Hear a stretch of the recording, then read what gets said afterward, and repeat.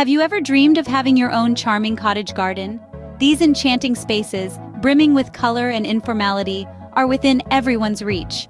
No matter your gardening experience, a cottage garden is achievable.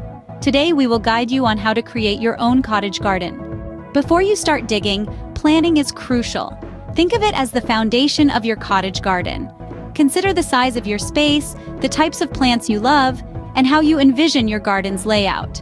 Remember, it's your personal oasis, so it should reflect your style. And here's a tip: use native plants. They not only add a touch of local charm, but also support local biodiversity. A well-thought-out plan is like a roadmap to a flourishing garden. With a good plan, you're ready to start planting. Now it's time to get your hands dirty. The key to a thriving cottage garden begins with soil preparation. Rich, well-draining soil is fundamental. As for planting, variety is your ally. Mix flowers with herbs and shrubs.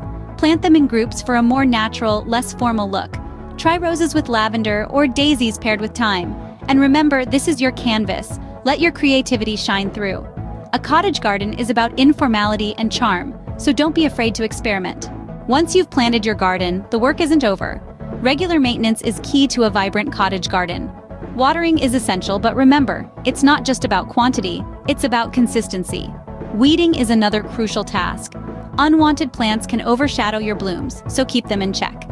Pruning helps shape your plants and promotes growth. And don't forget, a healthy garden starts with healthy soil, so consider composting. With regular care, your cottage garden will grow and thrive. Creating a cottage garden is a rewarding experience. In recap, plan your space, choose your plants carefully, and maintain with love. Go ahead, start your own charming, colorful, informal haven. If you found this guide helpful, don't forget to like this video and subscribe to our channel for more gardening tips and tricks.